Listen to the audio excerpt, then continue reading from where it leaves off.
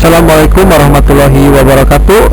Ketemu lagi di video penjelasan mata pelajaran perencanaan bisnis ya, kelas 10 untuk BDP 1 dan BDP 2 ya. Kita lanjutkan video penjelasan ya. Mohon maaf ini video penjelasannya telat, materinya sudah terlewat ya beberapa minggu. Sekarang kita akan mulai video penjelasan dengan materi lingkungan pemasaran makro. Ya.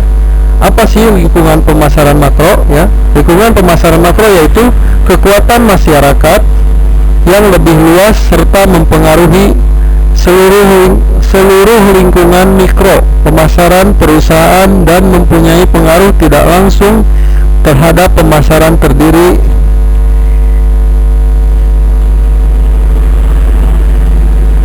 atas semua pihak dan kekuatan yang mempengaruhi operasi dan prestasi perusahaan. Nah, lingkungan makro ini terdiri atas kekuatan-kekuatan bersifat kemasyarakatan yang lebih besar dan mempengaruhi semua pelaku dalam lingkungan mikro dalam perusahaan. Nah, apa saja sih yang termasuk ke lingkungan perusahaan makro ini ya? Di sini ada 6 ya, yaitu lingkungan demografi atau lingkungan kependudukan, selanjutnya lingkungan ekonomi, yang ketiga lingkungan alam, yang keempat lingkungan teknologi, yang kelima lingkungan politik, yang keenam lingkungan sosial dan budaya. Nah, masing-masing dari lingkungan-lingkungan yang disebutkan barusan itu di dalamnya juga ada bagian-bagiannya lagi ya. Nanti kita akan jelaskan di slide selanjutnya. Ya, sekarang kita masuk ke lingkungan demografis atau kependudukan ya. Lingkungan demografis kependudukan menunjukkan suatu keadaan dan permasalahan mengenai penduduk seperti pertumbuhan penduduk, perbandingan persentase umur, pasar etnik, tingkat lulusan akademik, pola kehidupan rumah tangga ya. Jadi ada 5 permasalahan mengenai penduduk. Nah, yang pertama tentang pertumbuhan penduduk. Angka pertumbuhan penduduk akan mempengaruhi tingkat peluang pemasaran bagi suatu produk ataupun jasa. Nah, jadi dengan adanya pertumbuhan penduduk itu akan mempengaruhi tingkat peluang pemasaran atau ya peluang usaha ya.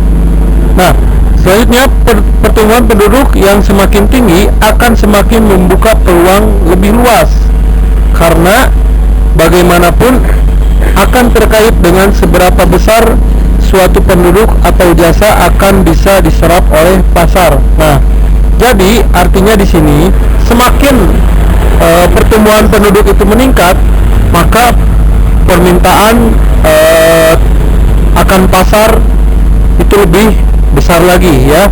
Jadi kalau masyarakatnya atau penduduknya lebih banyak, otomatis kan secara logika juga pembeli juga akan makin banyak ya. Jadi orang-orangnya itu makin banyak ya. Yang tadinya pembelinya misalkan 1, karena penduduknya bertambah misalkan bisa jadi lebih dari 1 ya, bisa 10, 100 dan sebagainya gitu ya. Jadi kesimpulannya semakin banyak pertumbuhan penduduk, maka semakin tinggi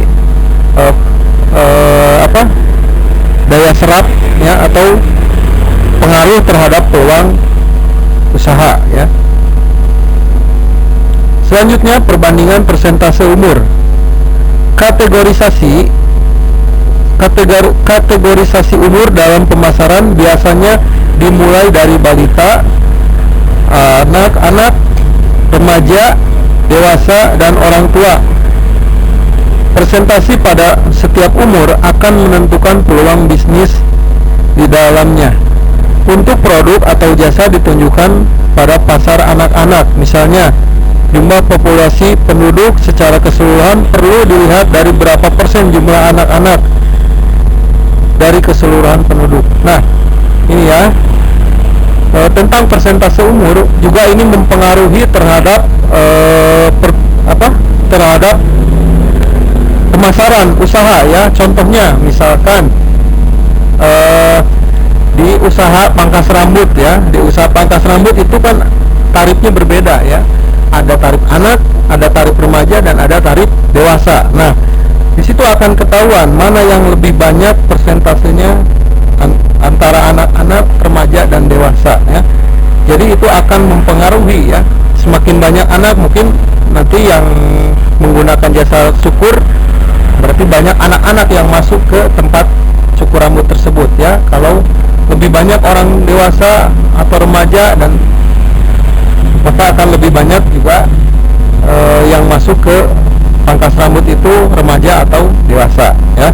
Jadi tergantung persentase umur ya. Jadi itu mempengaruhi ya. Jadi di suatu daerah kira-kira banyaknya mana. Kalau misalkan kita membuka usaha di depan sekolah, otomatis yang lebih banyak itu adalah anak ya. Nah, entah itu sekolahnya misalkan sekolah dasar, berarti lebih banyak ke anak-anak. Kalau misalkan sekolahnya PAUD atau TK, berarti lebih banyak ke balita ya. Kalau misalkan kita membuka usahanya dekat pabrik, berarti lebih banyak ke persentasenya lebih banyak ke orang dewasa ya.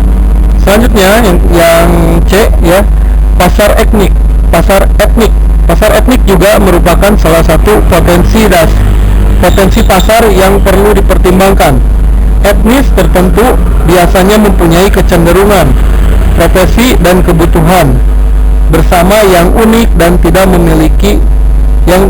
dimiliki oleh etnis lain. Nah, jadi pasar etnik ini lebih cenderung dengan hal-hal yang unik ya. Jadi di daerah tersebut ya, di suatu daerah misalkan apa ciri khas keseniannya atau yang apa menjadi ciri khas dari daerah tersebut ya, baik itu mau dari kesenian, misalkan dari segi makanan khasnya. Contoh misalkan di daerah Padang sana ya, terkenal dengan nasi Padang ya. Jadi ketika ada di sini warung nasi Padang, berarti itu orang Padang. Nah, jadi itu sudah menjadi ciri khas dari orang Padang itu sendiri ya. Atau misalkan di daerah Bandung ini misalkan yang menjadi ciri khasnya apa? Peyem misalkan. Nah, itu bisa ketika kita ke daerah luar misalkan, kita mengatasnamakan kita orang Bandung. Nah, orang sana sudah tahu bahwa di Bandung ini ciri khasnya peyem. Nah, ketika kita jualan peyem Bandung, insya Allah itu akan lebih membukakan peluang ya. Atau misalkan dari kerajinan ya, misalkan ada yang khasnya pembuat coet, atau misalkan kayak di Tagok Apu buat marmer ya. Jadi ketika orang ingat marmer, dia akan pergi ke sana, ke Tagok Apu ya. Nah, seperti itu ya contohnya ya. Jadi dari pasar-pasar etnik itu mempengaruhi terhadap pemasaran ya. Jadi yang daerah yang menjadi ciri khas itu adalah peluang untuk kita membuka pasar di sana ya. Selanjutnya, tingkat lulusan akademik. Tingkat lulusan akademik akan berpengaruh terhadap pola belanja dan gaya hidup seseorang. Cara memasarkan untuk kalangan berpendidikan tinggi akan berbeda dengan cara pemasaran untuk pendidikan yang lebih rendah. Nah, ini ya. Jadi tingkat lulusan akademik itu mempengaruhi tentang gaya hidup ya. Jadi kita bisa menyesuaikan ya.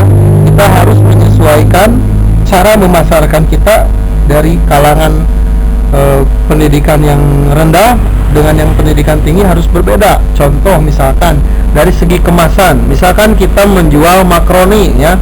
Untuk anak SD mungkin kita bisa menjual makaroni dengan dibungkus plastik ya. Tapi kalau kita menjual makaroni ke anak kuliahan, itu harus berbeda kemasannya ya. Contohnya kita sering dengar ada mabasa ya, makaroni banyak rasa ya. Dikemas dengan apa? Dengan pouch atau misalkan yang seperti gelas-gelas pouch yang seperti gelas itu. Nah, itu jadi kita harus benar-benar pikirkan ya. Atau bisa juga kita menggunakan kantong yang dari kertas ya, yang kertas coklat itu, atau apalah yang kita sesuaikan, cocok-cocokan yang intinya kemasannya itu harus berbeda, jangan disamakan dengan tingkat rendah dan tingkat tinggi ya. Jadi bukan maksudnya bukan maksudnya ingin merendahkan atau membeda-bedakan antara pendidikan, tapi di sini kenapa harus dibedakan? Untuk menarik daya beli ya, jadi menarik minat pembelinya. Nah, kalau anak-anak itu cenderung memang pengen jajan ya. Nah, sedangkan kalau yang anak kuliahan itu dia lebih ke melihat packagingnya dulu ya, jadi kemasannya dulu seperti apa, walaupun isinya sama makaroni gitu ya, tapi kalau kemasannya berbeda itu biasanya orang-orang dewasa atau orang-orang kuliahan atau orang-orang yang berpendidikan ya itu lebih tertarik gitu ya, karena di sini terkadang kan ada gengsi di dalamnya ya, gengsi, oh ini masa beli makanan kantong plastik, kan di kuliahan makan pakai kantong plastik kan nggak sesuai juga ya. Tapi kalau menggunakan packaging yang lebih baik, insya Allah bisa lebih laris lah makanan dagangannya. Oke, selanjutnya yang pola kehidupan rumah tangga ya. Rumah tangga di Indonesia sebagian masih menerapkan pola keluarga besar dengan orang tua dan anak-anak masih berkumpul dalam satu keluarga hingga tua. Namun demikian di kota-kota besar keluarga sudah mulai mandiri dan memiliki rumah serta memisahkan diri dari orang tua mereka. Nah, ini ya, biasanya kalau misalkan di sini dikatakan Indonesia ya, atau misalkan kita sebut saja di perkampungan ya, karena di sini dikatakan ada di kota-kota besar ya. Kalau di perkampungan mungkin ketika seseorang sudah menikah gitu ya, dia walaupun rumahnya pisah rumah, dia bikin rumah di dekat orang tuanya dan sebagainya. Nah, kalau di kota-kota besar itu cenderung dia memisahkan diri ya, pindah ke rumah yang satu dan rumah yang lainnya. Nah, ini juga bisa mempengaruhi terhadap pemasaran ya. Misalkan seseorang yang asalnya dari perkampungan, dia pindah ke kota besar ya, bikin rumah di kota besar, otomatis dia menambah populasi atau menambah pertumbuhan penduduk di kota tersebut ya, sehingga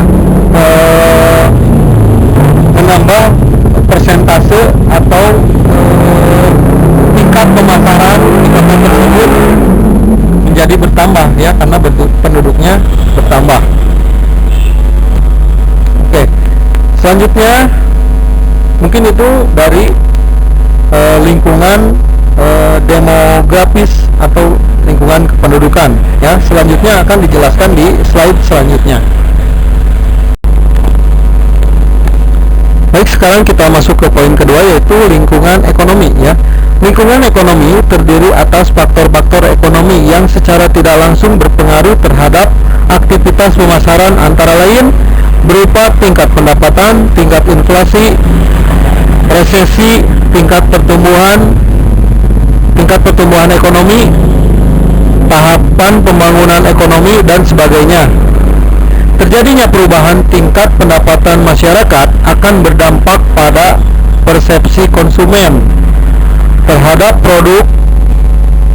Jadi akan berdampak pada persepsi konsumen terhadap produk ya. Produk yang awalnya tergolong barang mewah, misalnya TV, dengan semakin tingginya pendapatan masyarakat, merubah persepsi masyarakat yang awalnya barang mewah akan berubah menjadi barang kebutuhan di setiap rumah tangga, sehingga sudah tidak dianggap lagi bahwa TV itu barang mewah ya. Terjadinya inflasi akan mendorong semakin tingginya tingkat bunga menurunnya pendapatan real, mempengaruhi nilai tukar mata uang asing dan sebagainya. Terjadinya tingkat bunga yang meningkat, pemasaran akan kesulitan dalam penggunaan kredit atau pembayaran yang tertunda untuk meningkatkan penjualannya. Nah, maksudnya di sini tentang lingkungan ekonomi, ya, ini akan ada faktor-faktor yang mempengaruhi, yaitu yang tadi ya, berupa tingkat pendapatan ya. Jadi tingkat pendapatan atau penghasilan atau gaji ya, pendapatan itu adalah gajinya ya. Kalau gaji semakin besar di suatu daerah, maka itu akan berpengaruh terhadap pemasaran ya, aktivitas pemasaran. Tingkat inflasi ya, jadi perubahan nilai mata uang ya, resesi, tingkat pertumbuhan ekonomi, dan tahapan pembangunan ekonomi ya. Jadi misalkan ya, sebagai contoh, kalau zaman dulu itu ya, yang punya handphone itu masih jarang, yang punya motor itu masih jarang. Tapi karena ada inflasi dan segala macam dan pertumbuhan peningkatan pendapatan, sehingga sekarang kalau nggak punya handphone itu rasanya gimana ya, beda dengan zaman dulu. Kalau dulu nggak punya handphone fine-fine aja, kalau sekarang nggak punya handphone ya kelabakan ya. Bahkan belajar pun sekarang udah pakai handphone, luar biasa. Kalau dulu belajar pakai komputer pun jarang. Nah, contoh lainnya tadi kendaraan sepeda motor ya. Kalau zaman dulu mungkin sepeda motor itu jarang ya, kita masih menggunakan angkot, delman dan sebagainya. Nah, kalau sekarang kalau di rumah nggak punya motor itu rasanya wah luar biasa, beda sekali ya. Dulu nggak punya motor nggak masalah, sekarang nggak punya motor ya masalah banget ya. Mau kesana sini mau jalan repot, capek ya. Kalau nah itulah ya sebagai contoh penjelasan tentang pengaruh dari lingkungan ekonomi ya terhadap pemasaran. Baik, sekarang kita lanjutkan di poin ketiga, yaitu tentang lingkungan alam ya. Lingkungan alam memperlihatkan kekurangan potensial dari bahan baku tertentu, biaya energi yang tidak stabil, tingkat populasi yang meningkat, dan gerakan hijau yang berkembang untuk melindungi lingkungan ya, untuk melindungi lingkungan ya. Lingkungan alam meliputi tiga ya di sini. Menipisnya sumber daya alam, meningkatnya biaya, dan meningkatnya polusi ya. Ini yang mempengaruhi terhadap pemasaran ya. Kita akan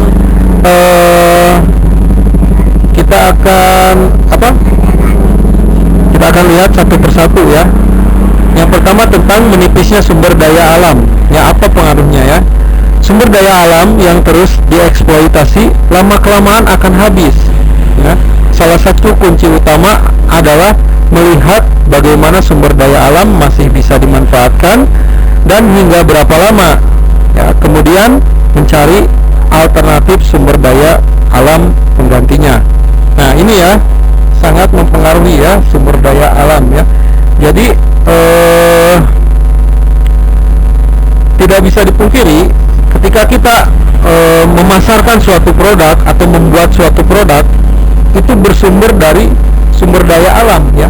Apa yang diambil dari sumber daya alam yaitu bahan bakunya ya, bahan bakunya. Atau misalkan contoh lainnya, kita ambil contoh bensin ya. Nah, bensin ini kan kita ambil dari alam ya, minyak bumi ya. Nah, suatu ketika kita pernah merasakan bahwa ada kelangkaan bensin premium ya, minyak tanah. Yang dulunya ada minyak tanah sekarang sulit untuk dicari karena mungkin ketersediaannya yang sudah menipis ya. Yang tadi di sini dikatakan hingga berapa lama kelamaan akan habis ya seperti itu ya. Nah, Maka dari itu pemerintah mencari solusi-solusi lain ya, yang akhirnya saat ini kita masak menggunakan gas ya, bahan bakarnya menggunakan gas. Nah, sedangkan yang bensin itu menggunakan pertalite sekarang ya. Jadi di situ walaupun lama kelamaan habis sumber daya alam, tetap yang namanya manusia terus berpikir untuk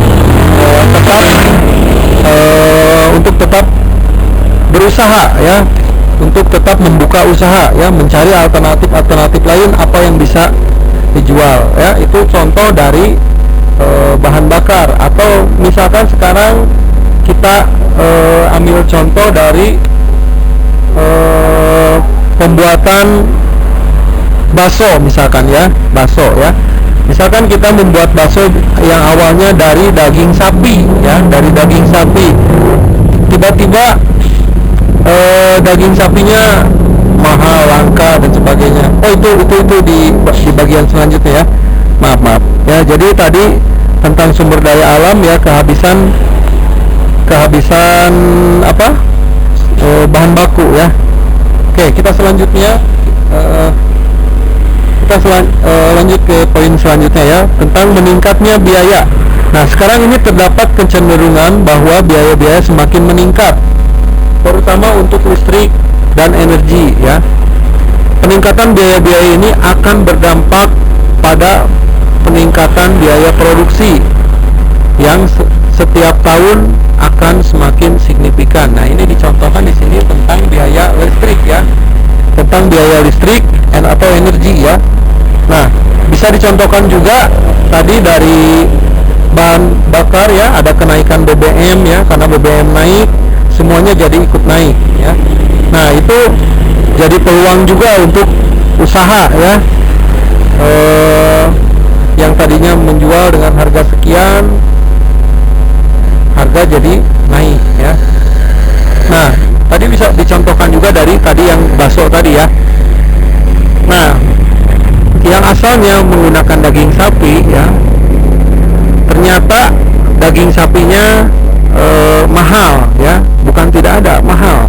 Sehingga kalau tetap menggunakan daging sapi, otomatis menjual bakso harus dengan harga yang mahal ya. Kita harus menaikkan harga baksonya. Tapi ya, tidak semudah itu kita bisa menaikkan harga bakso ya, karena pembeli juga pasti kaget ya, bakso yang asalnya harga 10.000 tiba-tiba jadi 20.000, kan sangat jauh sekali. Nah, disiasati dengan cara mengubah sumber dayanya ya, yang tadinya menggunakan daging sapi akhirnya dicampur dengan daging ayam gitu ya. Itu solusi-solusi dalam menghadapi peningkatan biaya dan menipisnya sumber daya alam ya. Jadi digabung di situ ya. Selanjutnya ada yang C ya, itu tentang meningkatnya polusi ya.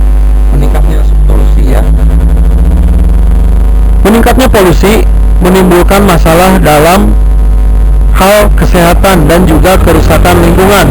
Di masa depan akan lebih banyak aturan yang mengatur untuk mengurangi polusi,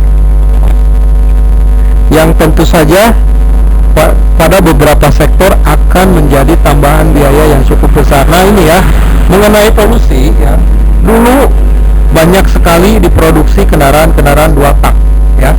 Nah, manusia tidak menyerah ya, dan berpikir untuk mengurangi produksi kendaraan-kendaraan 2 tak, namun dia untuk menyiasati usahanya tetap berjalan, dia menciptakan inovasi baru ya. Jadi membuat kendaraan-kendaraan ramah lingkungan ya, membuat kendaraan 4 tak ya, dan bahkan sekarang berkembang lagi ya, menciptakan kendaraan-kendaraan yang bertenaga listrik ya, luar biasa. Nah, itu ya, mungkin itu contoh-contoh ya dari mengenai lingkungan alam ya, yang berkaitan dengan lingkungan alam ya. Jadi ada 3, tentang menipisnya sumber daya alam, meningkatnya biaya, dan meningkatnya polusi. Selanjutnya akan dijelaskan di slide selanjutnya. Baik, sekarang lanjutkan tentang lingkungan teknologi ya. Lingkungan teknologi meliputi perkembangan teknologi yang sangat cepat, inovasi teknologi yang terus berkembang, dan aturan-aturan dalam teknologi ya. Yang pertama, perkembangan teknologi yang sangat cepat. Sekarang ini perkembangan dalam hal teknologi semakin cepat dirasakan. Dengan adanya internet, perubahan dinamika berlangsung dalam waktu yang sangat cepat dan skala yang semakin meluas. Globalisasi merubah berbagai aturan main dalam berbisnis. Persaingan juga tidak lagi dalam skala lokal dan nasional, tetapi sudah mengarah pada persaingan global ya, internasional. Nah, ini ya. Dulu waktu saya masih seumur kalian ya, masih sekolah, dulu ada isu-isu tentang pasar global, dan ternyata benar ya, prediksinya itu sekarang terjadi ya, pasar global ya, yang dari negara lain bisa menjual ke negara kita ya, bahkan dari negara kita pun bisa menjual ke negara lain karena adanya fasilitas online ya, fasilitas internet ya, daring dalam jaringan ya. Nah, menyikapi adanya perkembangan teknologi ini ya, perkembangan teknologi yang sangat cepat ini, kita harus beradaptasi ya, mengikuti perkembangan zaman ya. Tidak bisa dipungkiri ya, ketika ada sekarang jualan online ya, kalau kita tidak mengikuti zaman, mungkin kita juga akan ketinggalan zaman ya. Orang lain sudah laris di perusahaan online, kita masih konvensional. Nah, ada baiknya kalau kita ingin mempertahankan perusahaan konvensional, jadi perusahaan yang menjual langsung ya, jadi kita jalankan keduanya ya. Kita tetap berjualan dengan cara konvensional, nah sambil kita menjual dengan cara online gitu ya. Jadi kita harus mengikuti perkembangan zaman karena perkembangan teknologi ini sangatlah cepat ya. Selanjutnya yang kedua yaitu yang B, inovasi teknologi yang terus berkembang ya. Perkembangan teknologi juga diikuti dengan berbagai inovasi ya, dalam banyak produk dan jasa. Contohnya adalah perkembangan mesin tik ya, mesin ketik, tahu mesin ketik ya, yang sekarang ini perlahan tapi pasti ya, sudah mulai digantikan dengan komputer, bahkan sekarang bisa ngeprint lewat handphone ya, luar biasa ya, dan berbagai contoh lainnya yang berada di sekitar kita ya. Contohnya tadi ya, dulu kita mungkin ingin bikin tulisan yang bagus itu pakai mesin ketik ya. Kalau tulisan kita jelek pakai mesin ketik ya. Sekarang kita bisa menggunakan komputer ya, bahkan sekarang bisa menggunakan laptop, dan luar biasanya lagi kita bisa menggunakan handphone ya.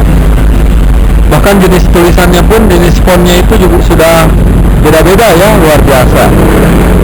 Nah itu ya. Ada contoh lain, tentang inovasi teknologi ya. Mungkin dulu motor itu bentuknya kayak bebek 70 ya, Bebjol ya.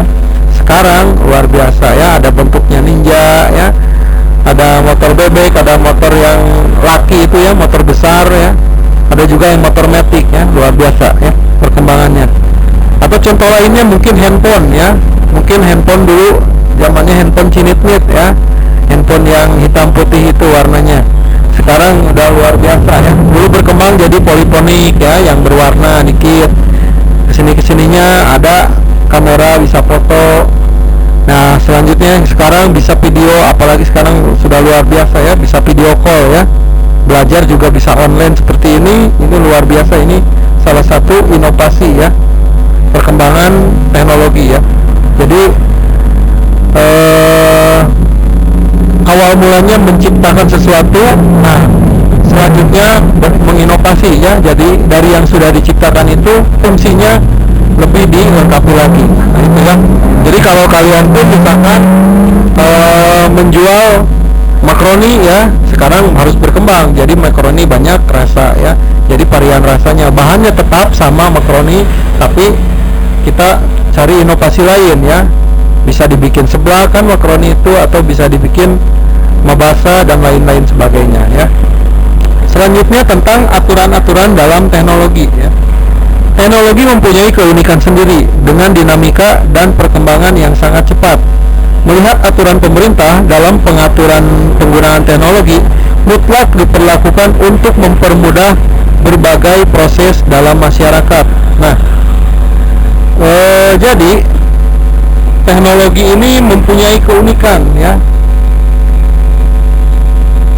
dan teknologi ini bisa digunakan ya dan dimanfaatkan untuk mempermudah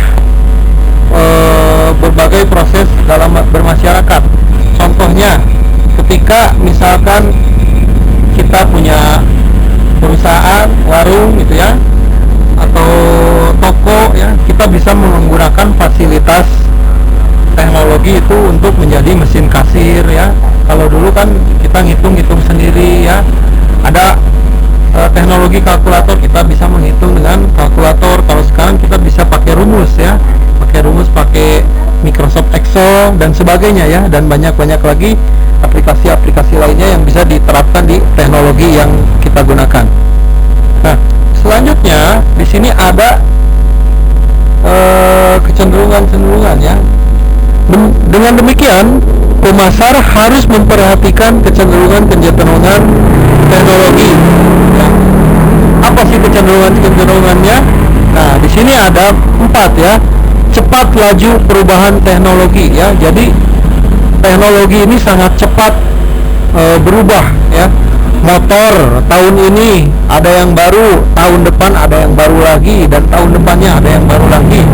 Bukan hanya motor, mobil juga yang bentuknya lebih besar itu berkembang ya, hampir berapa tahun sekali ya, mungkin bisa dihitung 2 tahun atau 3 tahun ya, mobil itu udah ada yang baru lagi, dan bahkan kalau kita perhatikan tiap tahun itu selalu ada mobil keluaran baru ya, walaupun beda-beda merek. Mungkinnya sekarang mungkin Daihatsu mengeluarkan yang baru, nanti tahun depannya Suzuki, atau tahun depannya Daihatsu, Toyota dan sebagainya ya. Jadi setiap tahun itu selalu ada perkembangan, apalagi handphone ya. Handphone itu sangat cepat sekali ya. Sekarang harganya, beli harga 2 juta ya, sebulan kemudian udah harga jualnya sudah jatuh ya. Jadi mungkin jadi 500.000 dan sebagainya ya. Itu karena pengaruh dari cepatnya laju perubahan teknologi ya. Selanjutnya, peluang-peluang yang tidak terbatas. Nah, dari lajunya teknologi ini menyebabkan peluang-peluang yang tidak terbatas ya.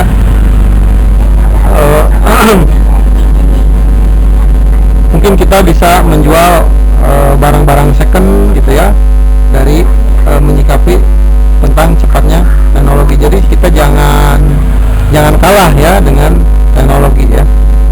Jadi semuanya sangat mempengaruhi ya. Tingginya anggaran litbang dan meningkatnya peraturan ya. Ini saya juga masih kurang paham nih ya tentang ini. Kita nanti akan pelajari saja di media internet ya. Kalau yang mungkin saya kurang paham, kita pelajari bersama, siapa tahu kalian lebih mengerti ya. Ini ya, mungkin itu di slide yang ini ya, tentang lingkungan teknologi. Kita lanjutkan ke materi selanjutnya di slide selanjutnya.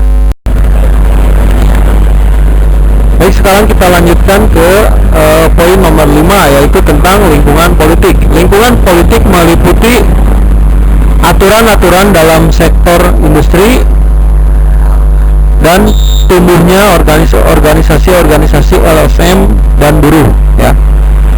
Yang pertama tentang aturan-aturan dalam sektor industri ya. Dalam menjalankan bisnis, aturan merupakan satu landasan mutlak ya, ya, jadi tidak bisa diganggu gugat. Jadi harus ada aturan dalam menjalankan bisnis ya. Karena itu pemetaan peluang bisnis juga perlu melihat berbagai aturan yang mengatur industri tersebut sehingga tidak terjadi bentrokan ataupun masalah di kemudian hari. Nah, jadi mengenai aturan-aturan di sektor industri ya, kalau kita membuat suatu perusahaan harus jelas aturan-aturannya, harus dilengkapi ya, izin-izin dan segala macamnya kita harus lengkapi agar tidak terjadi permasalahan di kemudian hari. Selanjutnya, tumbuhnya organisasi-organisasi LSM, lembaga swadaya masyarakat ya, dan buruh ya atau karyawan ya. Organisasi-organisasi LSM dan buruh di satu sisi memberikan pengaruh positif kepada pekerja untuk menyuarakan berbagai aspirasi mereka. Nah, jadi organisasi-organisasi ini biasanya digunakan untuk melindungi para pekerja atau karyawan ya. Nah, selanjutnya, namun organisasi pekerja yang terlalu kuat akan menyulitkan perusahaan dalam beberapa proses pengambilan keputusan karena harus melakukan banyak kompromi dengan mereka. Nah, jadi terkadang ya organisasi-organisasi ini menyulitkan perusahaan karena banyak menuntut hak-hak mereka, hak-hak pekerja terhadap perusahaan. Jadi ketika kita nanti mempunyai perusahaan atau pabrik ya, kita jangan kaget kalau ada organisasi-organisasi yang tumbuh ya di antara pekerja ya.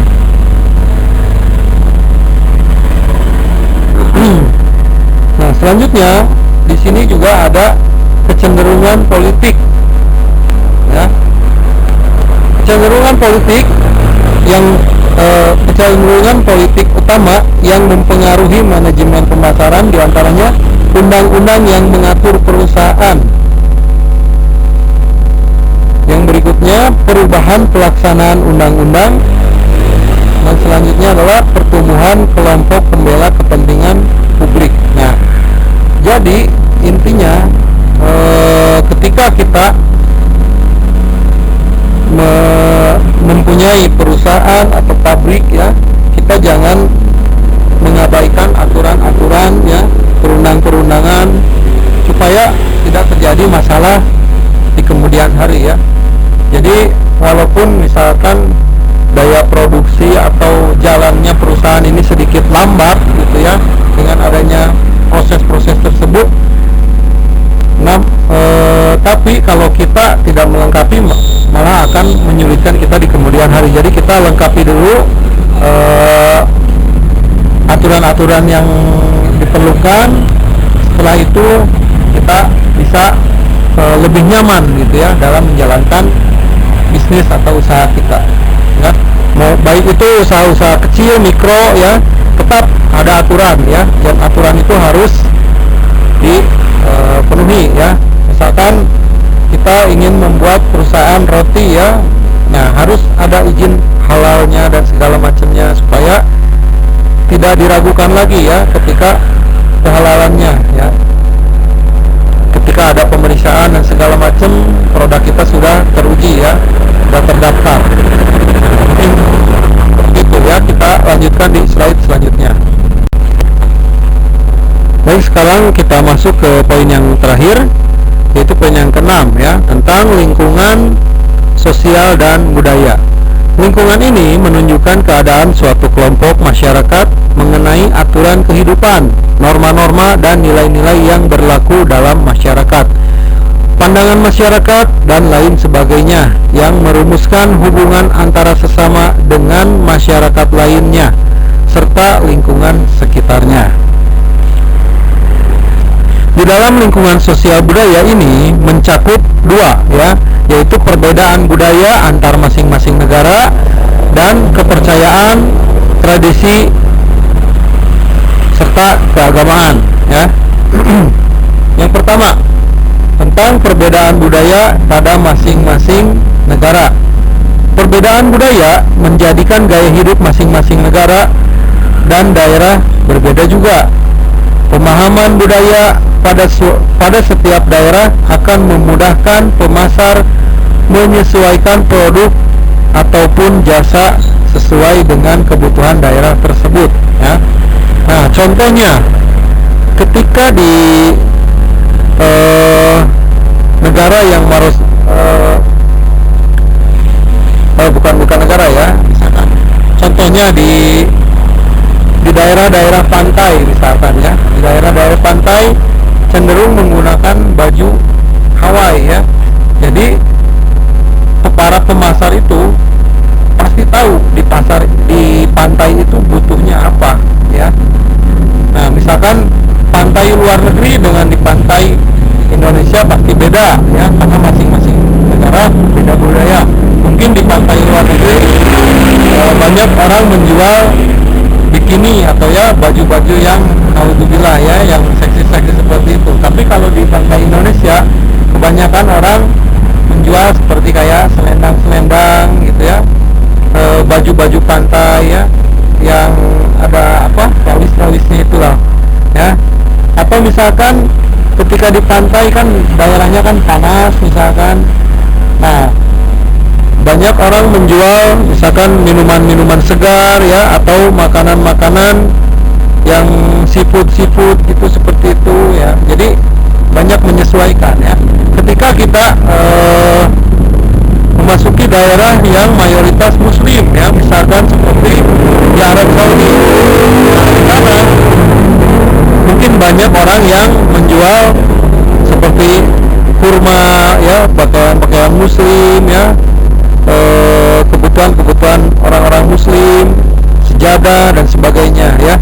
Jadi perbedaan budaya itu di masing-masing negara itu sangat mempengaruhi ya. Nah, selanjutnya yang kedua ya, tentang kepercayaan, tradisi dan agama ya. Pada kelompok orang dengan kepercayaan, tradisi dan agama yang berbeda mempunyai pola konsumsi dan gaya hidup yang berbeda dengan kepercayaan yang berlainan.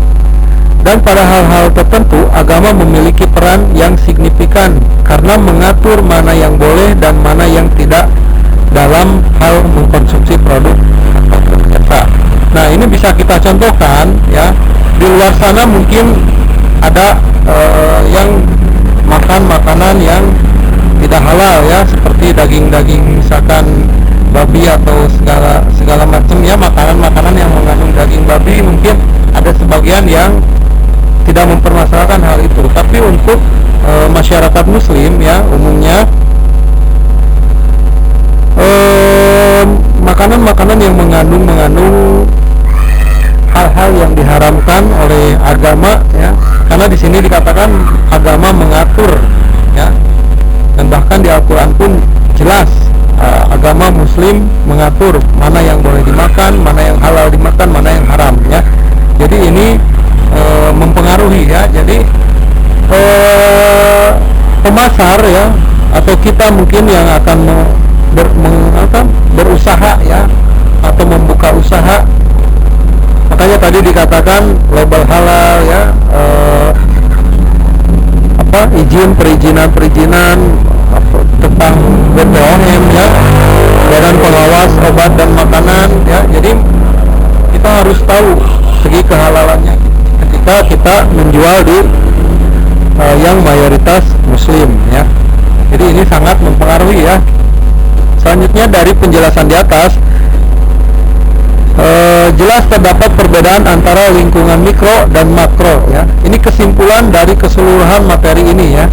Dari penjelasan-penjelasan di atas, jelas terdapat perbedaan antara lingkungan mikro dan lingkungan makro dalam mempengaruhi pemasaran, yaitu lingkungan mikro merupakan pekerjaan manajemen pemasaran, membangun hubungan konsumen dengan membuat nilai dan kepuasan ya. Sedangkan lingkungan makro merupakan gabungan dari lingkungan-lingkungan kecil sehingga memiliki cakupan yang lebih luas. Seperti pertumbuhan penduduk merupakan salah satu lingkungan makro ya. Jadi jelas ya perbedaannya. Kalau lingkungan mikro karena bersifat kecil ya, jadi dia langsung menangani konsumen ya. Seperti misalkan tukang bakso, dia kan berkaitan langsung dengan masyarakat ya, dengan konsumen. Sedangkan pabrik bakso itu sudah beda lagi ya, dia berhubungan langsung dengan para tukang bakso ya, yang memesan bakso dari pabriknya gitu ya. Dan dia juga memperhatikan yang lebih luas ya.